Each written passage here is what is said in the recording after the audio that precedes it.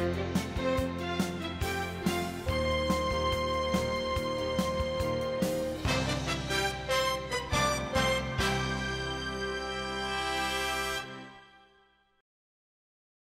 and welcome to Energy Independence Magazine. I'm Dwight Cromie.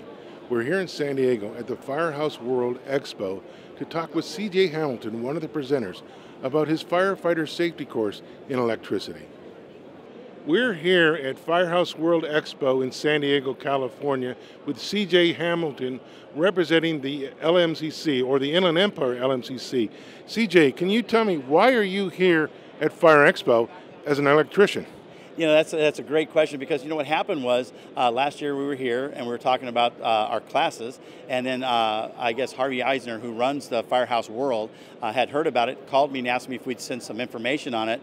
We sent the information to him, and it's kind of funny because here at the training at the Firehouse World, this is the biggest event on the West Coast.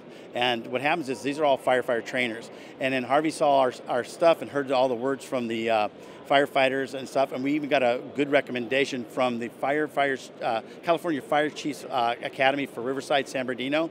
They sent a letter to Harvey. He called me back and asked me if we'd train here this year, which is really exciting for me. So we came down here and we're training. We trained a class last night. It went really well, and it's just going over really good. Can you tell me a little bit about your fire classes, or your electrical fire classes, and what is the goal? What are you trying to accomplish by teaching firefighters about electricity? You know, the thing that we go in there, when we train our classes, it's always put out as electrical safety training class, and we let them know right up front it's not an electrical safety training class, it's an electrical safety awareness class. And the only reason I'm there is to let them know what electricity might do, could do, should do, and won't do. If we can get them to understand those four things, it's going to save their lives. It's that simple, because what happens is when they approach something, now they know what electricity might do, could do, should do, and won't do, they're going to approach it differently. It's going to save their lives. When we were asked to do this class, we put it on thinking, let's just see what it does, and it just took off like crazy. Once we started showing this, guys, you know, they start out, it's a 3-hour class, and 3 hours of electrical awareness, they're going like, really? But then they come into class kind of like, oh my gosh, 3 hours of training. But then all of a sudden, by the time we get through with the class, they're going like, you need more time. You really need more time. So it's taken off really good. Can you tell me, since you've been doing it, how many firefighters have you trained, and how many classes have you given? We've trained over 8,000 firefighters in the last 2 years. It's been a little over 2,500 classes that we've done. The Inland Empire, LMCC, IBW, and NECA has put out almost $1 million worth of free training in the last 3 years. Why would the National Association of Contractors spend that kind of money to train firefighters? I think it's kind of a public service. They want people to know that we're here to help. We saw a need, and that's what we went after. We weren't sure where that need was going to go, but it's really gone far, and it's just getting bigger and bigger. We've changed up some of our classes. We do an electrical safety class, and now we're going to start with a brand new electrical solar safety class. Can you tell me, what are some of the particulars in the class that you provide? What are some of the things that firefighters will walk away with once they've taken your class? We do in our class, our big things that we do is the arc flash, arc blast, the Faraday cage, and down power lines, okay? When we do that down power lines, they come away with distances. They know what the distance, we know how far electricity can travel, so they get those distances. We do the Faraday cage is probably one of the most dangerous things that firefighters run into, which means they walk into one of these drug houses or a business that's stealing electricity. They're putting out a fire, there's water everywhere. They step in there, that water has electricity in it because they're stealing electricity. It's coming from the utility side, and it gets on their body, and they don't discharge themselves. So they're walking around with that electricity on their body, and they can't see it, touch it, taste it, or smell it. Okay, and so that's that part of it. Then we do the arc flash, arc blast part of it, which it's shutting off breakers, shutting off disconnects, what the electricity does. Because you got to remember that arc flash, arc blast, it moves at the speed of light, burns at 35,000 degrees, and it blows up with enough power that equals 8 sticks of dynamite. And we're finding out that 95% of the firefighters have never heard of it, and they're around it every day. Now, can you tell me? I see in the trailer or booth that you have behind us, solar panels. I imagine that's a new obstacle for firefighters when they go to fight a home or an office complex that has solar panels on it. I got to guess that creates a whole new obstacle for them. The one thing about the solar is it doesn't shut off. Okay, so they go out there, they kick off the first disconnect, they think they've shut it off. If you have a disconnect with power coming in from the arrays, and you got power coming in from the utility companies, when you open up that breaker, it doesn't do anything except stop the flow of electricity. It backfeeds from the arrays, and it backfeeds from the utility companies. Our whole idea with the solar training is to show them where to shut this stuff off until we can shut it all the way down to only where the power's coming from the arrays to the last disconnect. So they're having all kinds of trouble. When they get in there, they're not sure where to cut the wires, how to cut the wires, where they're going to get injured, where they're not going to get injured. The main thing is they've got to realize that as long as there's light and sun coming on those arrays, they're going to be hot. They're not going to shut off. And one of the biggest problems we run into is they have something called a hot stick. They put it in there. It tells them if there's electricity in the room. So they're going into these businesses or these residentials, there's a structure fire, they put that hot stick in there, it says there's no electricity in there, so they go in, they start fighting the fire, they start pulling down the ceilings and stuff, and they're getting electrocuted and shocked, and they're wondering why is this doing this, because our testers aren't picking that up.